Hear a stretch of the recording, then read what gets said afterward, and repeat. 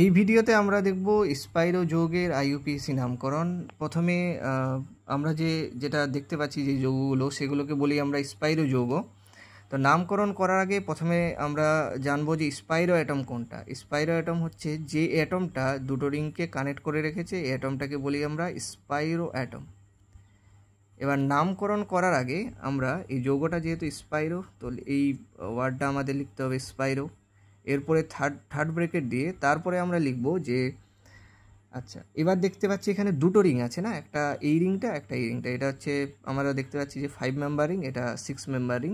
তো যেটা সব থেকে ছোটো রিং সেখান থেকে বড় রিংয়ের দিকে যেতে হবে, মানে ছোট থেকে বড়োর দিকে আমরা যাব।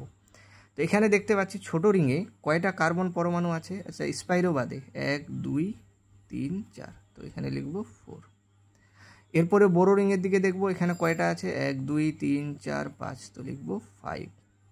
আচ্ছা, এরপরে টোটাল কতগুলো আছে স্পাইরো অ্যাটম সহ, তো টোটাল কতগুলো অ্যাটম আছে সেটা দেখব। 1 2 3 4 5 6 7 8 9 10, টোটাল আছে 10টা। তার মানে এখানে লিখবো আমরা 10টা থাকলে কি হয় আইইউপিএসি নামের, সেটা হচ্ছে ডেক হয়। আচ্ছা, এখানে ডবল ট্রিপল বন্ড দেখতে পাচ্ছি না, সব সিঙ্গেল, তো এখানে হচ্ছে এন।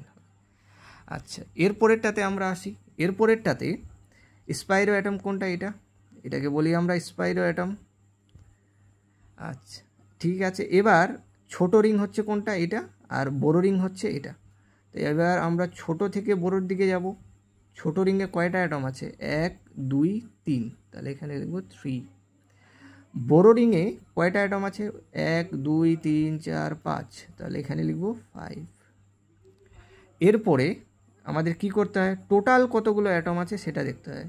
তো আমরা টোটাল অ্যাটম এখানে কাউন্ট করব। আচ্ছা, 1 2 3 4। আচ্ছা, এদিক দিয়ে যাব নাকি এবার এদিক দিয়ে যাব, কোন দিক দিয়ে যেতে হবে আমাদের? আচ্ছা, যেদিক দিয়ে ডবল বন্ড কাছে হবে সেদিক দিয়ে আমরা যাব। তো ডবল বন্ড এইদিকে কাছে, সেদিক দিয়ে যেতে হয়। 5 6 7 8 9, টোটাল কতগুলো অ্যাটম পেলাম আমরা, 9টা। তার মানে এখানে হবে নন। আচ্ছা, 5 নাম্বার কার্বনের সঙ্গে ডবল বন্ড যুক্ত আছে, তো 5 ডবল বন্ড যুক্ত থাকলে কি লিখতে হয়, ইন হয়। আচ্ছা, এইটা হচ্ছে আমরা আর কি দুটো স্পাইরো যৌগের আইইউপিএসি নাম করলাম। এটা বাড়িতে তোমরা প্র্যাকটিস করতে পারো নিজে।